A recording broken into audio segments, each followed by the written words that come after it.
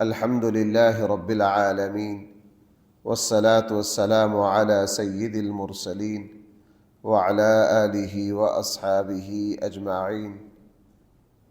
أما بعد فأعوذ بالله من الشيطان الرجيم. بسم الله الرحمن الرحيم. لا يسأم الإنسان من دعاء الخير وإن مسه الشر فيئوس القنوط ولئن أذقناه رحمة منا من بعد ضراء مسته ليقولن هذا لي وما أظن الساعة قائمة ولئن رجعت إلى ربي إن لي عنده للحسنى فلننبئن الذين كفروا بما عملوا ولنذيقنهم من عذاب غليظ. وإذا أنعمنا على الإنسان أعرض ونأى بجانبه وإذا مسه الشر فذو دعاء عريض. صدق الله مولانا العظيم.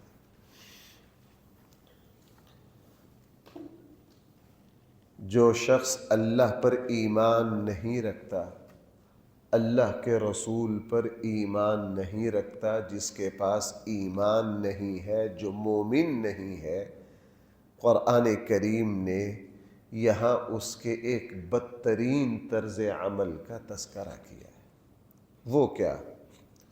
فرمایا کہ جو لوگ صرف اور صرف اپنی خواہشات کے پجاری، ان کی زندگیوں کا مقصد صرف دنیا کی زندگی، دنیا کی آسائش، دنیا کے آرام، دنیا کی سہولتیں ہیں، تو ان کا طرز عمل اپنے اللہ کے ساتھ یہ ہے کہ وہ ہر وقت اللہ تعالی سے خیر مانگتے ہیں، پیسہ مانگتے ہیں، اپنی دنیا کی نعمتیں مانگتے ہیں، اپنی دنیا کی عیاشی کا سامان مانگتے ہیں، کبھی بھی وہ رجتے نہیں ہیں، وہ سیر نہیں ہوتے۔ رسول اللہ صلی اللہ علیہ وسلم نے ایسے انسان کے بارے میں فرمایا، اگر ان کو سونے کی ایک وادی دے دی جائے تو وہ دوسری چاہتے ہیں، اگر دوسری دے دی جائے تو وہ تیسری چاہتے ہیں، اگر اللہ تعالیٰ ان کی کو ایک فیکٹری عطا کرے وہ کہ دوسری ہونی چاہیے۔ عیب یہ نہیں ہے، غلطی یہ نہیں ہے کہ اللہ تعالیٰ سے اتنا کیوں مانگا ہے، نہیں، اصل وہ جو حریصانہ مزاج ہے، جو لالچی مزاج ہے، جو دنیا کی ہوس ہے، قرآن کریم اس کا رد کر رہا ہے۔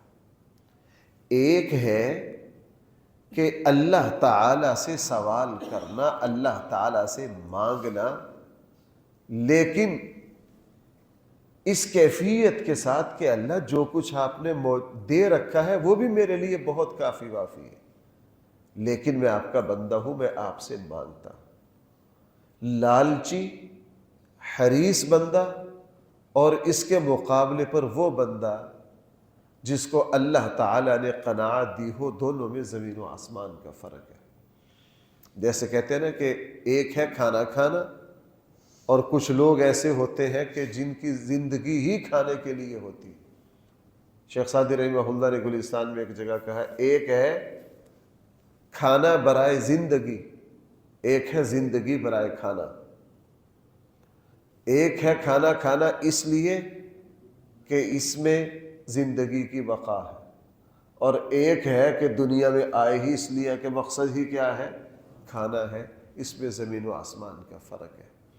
وہ بندہ جو حریص اور لالچی ہے، جو دنیا کی چیزوں سے رجتا ہی نہیں ہے، ہر وقت شیخ چلی والے اس کے خواب، جب کسی کی نعمت دیکھتا ہے تو رال ٹپکاتا ہے کہ یہ بھی میرے پاس ہونی چاہیے، یہ بھی ہونی چاہیے، یہ بھی ہونی چاہیے۔ جو کچھ موجود ہے اس کو تو دیکھتا ہی نہیں.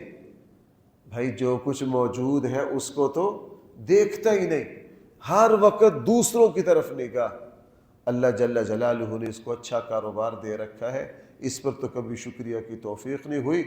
اور قریب کے لوگوں میں جو دوسروں کا کاروبار بہتر ہے، ہر وقت ان کو دیکھ کے جلتا رہتا ہے، حسد کا شکار ہوتا ہے. تو ایسا حریص اور لالچی مزاج رکھنے والے بارے انسان کے بارے میں قرآن کریم نے ارشاد فرمایا وہ تھکتا ہی نہیں، ہر وقت اللہ تعالیٰ سے اس کے مطالبے جاری رہتے. ہوتا کیا ہے، اگر اللہ تعالیٰ اس کو ایسے بندے پر تھوڑی سی پریشانی ڈال دے تو فوراً مایوس ہو جاتا ہے، فوراً اللہ تعالیٰ سے توبہ نعوذ باللہ بدگمان ہو جاتا ہے، فوراً اللہ جل جلالہ کے بارے میں زبان پر طرح طرح کے شکوے شکایتیں اس کی زبان پر آ جاتی. اور اگر اللہ تعالیٰ اس کو نوازے، بھائی کیا اگر اللہ تعالیٰ اس پر مہربان ہو جائے، اللہ تعالیٰ اس پر نعمتوں کے دروازے کھول دے، تو پھر وہ کہتا ہے جناب یہ جو کچھ ہے نا مجھے اللہ دے رہا ہے، ٹھیک ہے اللہ دے رہا ہے، لیکن اس میں میری قابلیت کو بھی دخل ہے، میری محنت کا بھی نتیجہ ہے، میں نے بھی بہت کچھ کیا ہے. قارون کو اللہ نے کتنا دیا؟ قرآن کریم کہہ رہا ہے کہ اس کے خزانوں کی چابی ہے لَتَنُوءُ بِالْعُصْوَةِ أُولِي الْقُوَّةِ، بہت بڑی جماعت قارون کے خزانوں کو اٹھاتی. اس کو اللہ نے اتنا دیا، لیکن قارون کی زبان پر کیا تھا؟ انما اوتیتہ علی علم عندی، یہ سارا کچھ میری قابلیت اور میرا علم کی وجہ سے ہے. بھائی سارا کچھ کس کی وجہ سے ہے؟ تو فرمایا یہ بندہ پہلا غلط طرز عمل یہ کہ ایسا لالچی اور حریص اللہ تعالیٰ سے دنیا کی چیزیں مانگتے تھکتا ہی نہیں، جو کچھ موجود ہے اس کو دیکھتا ہی نہیں، ہر وقت دوسروں کی نعمتوں پر نظر اور ہر وقت دوسروں کی نعمتوں کو دیکھ کر للچائی ہوئی نگاہ ڈالنا. اگر اللہ جل جلالہ اس کے حالات تھوڑے سے مشکل کر دے تو فوراً مایوس ہو جاتا ہے، اور اگر اللہ تعالیٰ اس پر رحمت کے دروازے کھول دے تو بھائی پھر اکڑ میں آ جاتا ہے، اپنی اوقات کو بھول جاتا ہے اور کہتا ہے ہم تو ایسے مقبول بندے ہیں کہ ہمیں جو یہاں بھی اچھا ہی ملے گا اور آگے بھی کیا ملے گا؟ اچھا ہی ملے گا. یہ طرز عمل جو ہے یہ ہرگز کسی مومن کا نہیں ہو سکتا. بھائی یہ طرز عمل کسی مومن کا نہیں ہو سکتا، یہ کسی فاسق کا ہو سکتا ہے، کسی کافر کا ہو سکتا ہے. ایمان والوں کا طرز عمل کیا ہے؟ وہ بھی اللہ سے سوال کرتے ہیں، وہ بھی اللہ سے امید لگاتے ہیں، وہ بھی اللہ سے بہت کچھ مانگتے، لیکن کس کے ساتھ؟ شکر کے ساتھ، صبر کے ساتھ. بھائی کس کے ساتھ؟ صبر کے ساتھ، شکر کے ساتھ.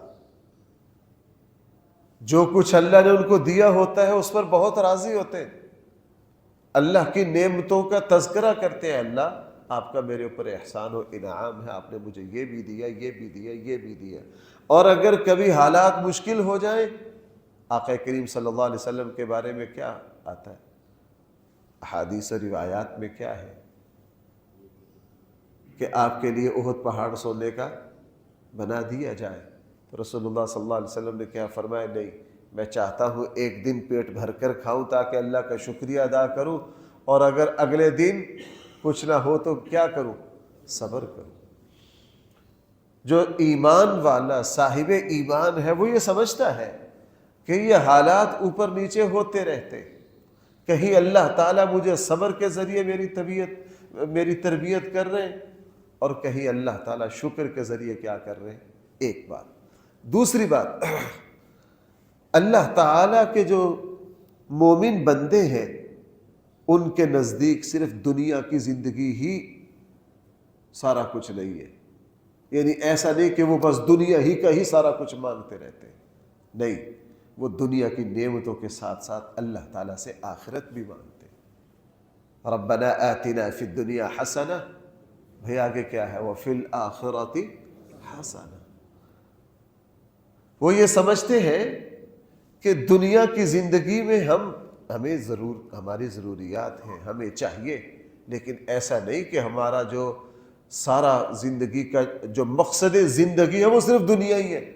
نہیں، وہ اللہ تعالیٰ سے روحانی چیزیں بھی مانگتے ہیں.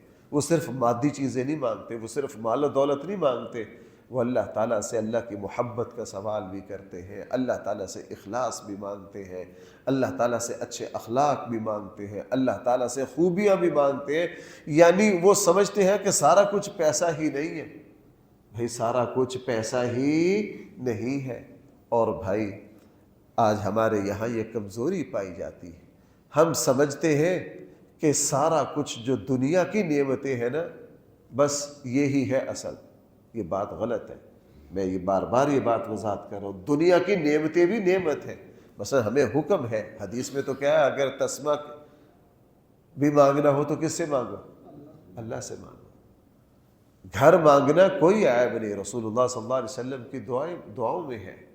رزق کی وسعت مانگنا کوئی عیب نہیں. ہمیں حکم ہے اللہ تعالیٰ سے رزق مانگنا، دنیا کی نعمتیں مانگنا.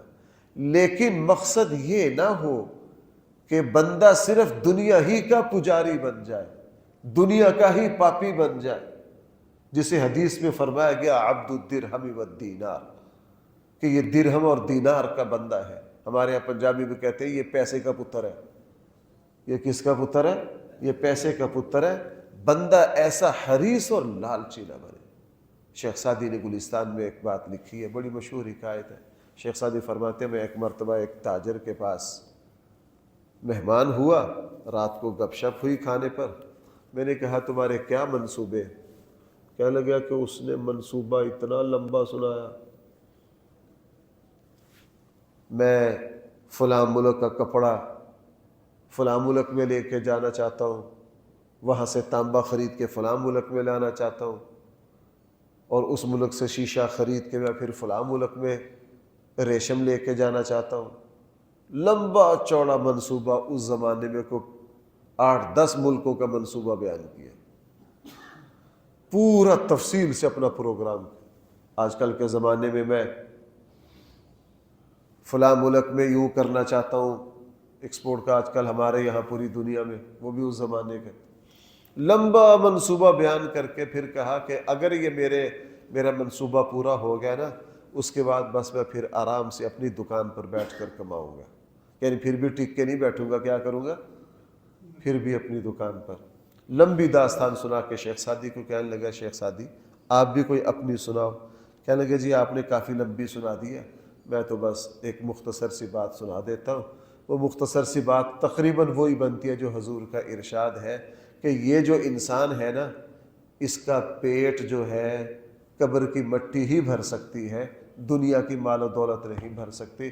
اگر اس کے پاس ایک وادی ہو سونا چاندی کی، یہ کہتا ہے میرے پاس ایک اور ہونی چاہیے. اگر 2 ہو جائیں تو پھر یہ کیا کہتا ہے میرے پاس تیسری بھی ہونی چاہیے.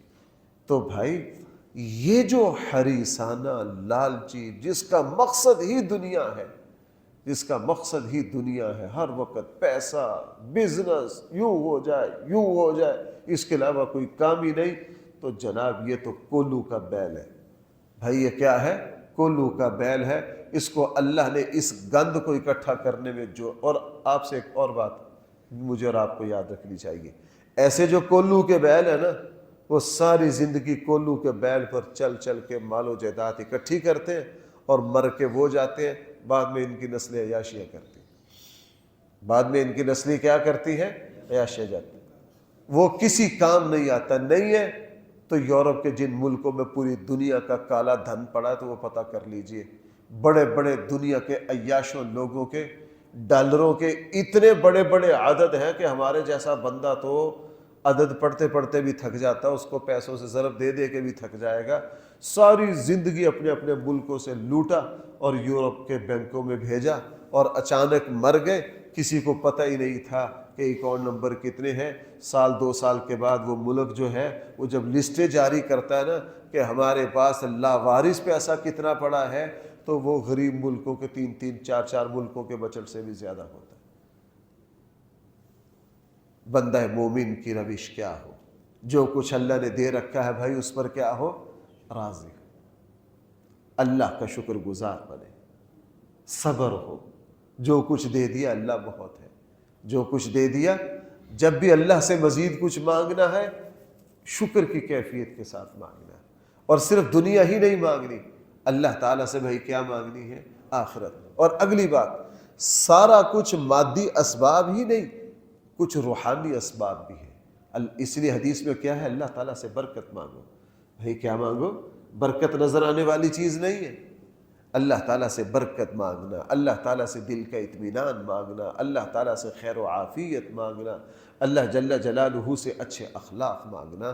اس لیے قرآن کریم یہ جو طرز عمل رکھ رہا ہے یہ اس انسان کا ہے جس کے پلے ایمان نہیں ہے۔ ذرا الفاظ دیکھیں قرآن کیا فرما رہا ہے۔ فرما رہا لا یسأم الانسان من دعاء الخیر، نہیں تھکتا انسان مال و دولت کی دعا مانگتے مانگتے۔ وَإِن مَسَّهُ الشَّرُّ، پھر اگر پہنچ جائے اس کو مصیبت، فَيَئُوسٌ قَنُوطٌ، تو یہ بالکل مایوس ہو کر بیٹھ جاتا ہے، گر پڑتا ہے، بھائی بالکل مایوس ہو کر۔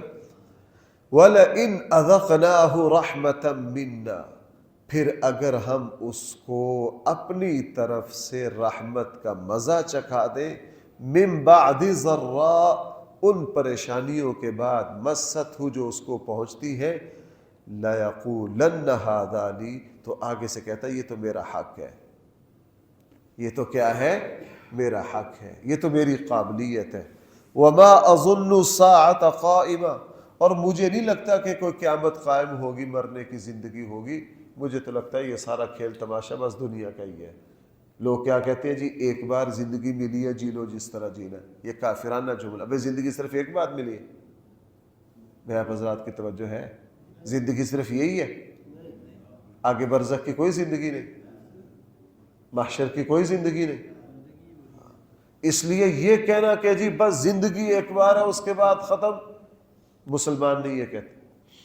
مسلمان، ہمارے یہاں لفظ بولا جاتا ہے انتقال۔ کیا؟ انتقال، ایک جگہ سے دوسری جگہ کیا ہونا؟ منتقل ہونا، ہاں منتقل ہونا۔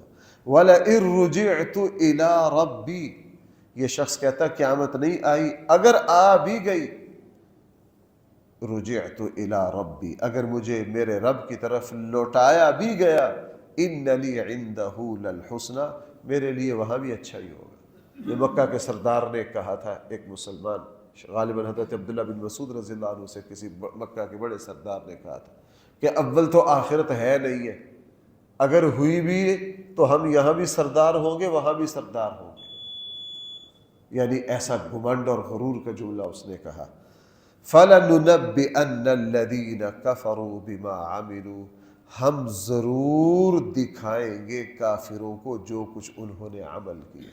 وَلَنُذِيقَنَّهُم مِّنْ عَذَابٍ غَلِيظٍ، اور ہم ان کو سخت ترین عذاب کا مزہ چکھائیں گے۔ وَإِذَا أَنْعَمْنَا عَلَى الْإِنسَانِ، اور جب ہم انسان کو اپنی نعمتوں سے نوازتے ہیں، أَعْرَضَ وَنَأَىٰ بِجَانِبِهِ، پھر یہ منہ پھیر لیتا ہے، اپنی اوقات کو بھول جاتا ہے، اور کیا کہتا ہے؟ وَإِذَا مَسَّهُ الشَّرُّ، اور جب اس کو تکلیف پہنچتی ہے، فَذُو دُعَاءٍ عَرِيضٍ، پھر لمبی چوڑی دعائیں مانگتا ہے۔ بھائی پھر کیا کرتا ہے لمبی چوڑی؟ دیکھو بھائی اس سے پتہ یہ چلا کہ صرف اور صرف پریشانی میں پکارنا یہ کافر کا طرز عمل ہے۔ بھائی ذرا سننا یہ بات، غلط فہمی نہ ہو جائے۔ صرف اور صرف کب پکارنا؟ یہ کافر کا طرز عمل ہے۔ پریشانی ختم ہوئی نہیں، اللہ کو بھولے نہیں۔ خوشحالی میں نہ پکارنا، صرف تنگی میں پکارنا، اچھے حالات میں اللہ کو نہ پکارنا، سخت حالات میں پکارنا، غم کے لمحات میں پکارنا، خوشی کے لمحات میں نہ پکارنا، بھئی یہ کس کا طرز عمل ہے؟ یہ کافر کا طرز عمل ہے۔ اس لیے حدیث مبارکہ میں کیا ہے؟ اللہ کے عرش کے سامنے جن 7 صفات والے لوگوں کو اللہ تعالیٰ کے عرش کے سائے میں جگہ دی جائے گی، ان میں سے ایک کون ہے جو ہر حال میں، خوشی میں بھی کس کو یاد رکھے؟ اللہ کو یاد رکھے۔ مسلمان یہ ہے کہ وہ پریشانی میں بھی اللہ کو ہی یاد کرتا ہے، اور بھائی خوشحالی میں بھی کس کو یاد کرتا ہے؟ اللہ کو یاد کرتا ہے. اور بلکہ میں آپ سے ایک بات عرض کروں، جس وقت بندہ کو کوئی پریشانی نہ ہو، بندہ ہر اعتبار سے بہترین جا رہا ہو، پھر بھی ہم اللہ تعالیٰ کو اسی طرح پکاریں گے، اسی طرح اللہ تعالیٰ سے دعائیں مانگیں گے جس طرح پریشانی میں مانگتے ہیں. مسلمان نہ پریشانی میں اللہ کو بھولتا اور نہ خوشحال ہونے کی حالت میں اللہ کو بھولتا ہے. صرف اور صرف پریشانی میں اللہ کو پکارنا اور خوشحالی میں اللہ کو نہ پکارنا، یہ خود غرضی ہے، یہ کوئی عبدیت نہیں ہے، یہ کوئی عبدیت نہیں ہے. اللہ تعالیٰ مجھے اور آپ کو صحیح سمجھ عطا فرمائے. الحمدللہ رب العالمین، والصلاة والسلام على سید المرسلین وعلى آلہ واصحابہ اجمعین. ربنا آتنا في الدنيا حسنة وفي الآخرة حسنة وقنا عذاب النار. صلی اللہ تعالی علی خیر خلقہ سیدنا مولانا محمد وآلہ واصحابہ اجمعین برحمتک یا ارحم الراحمین.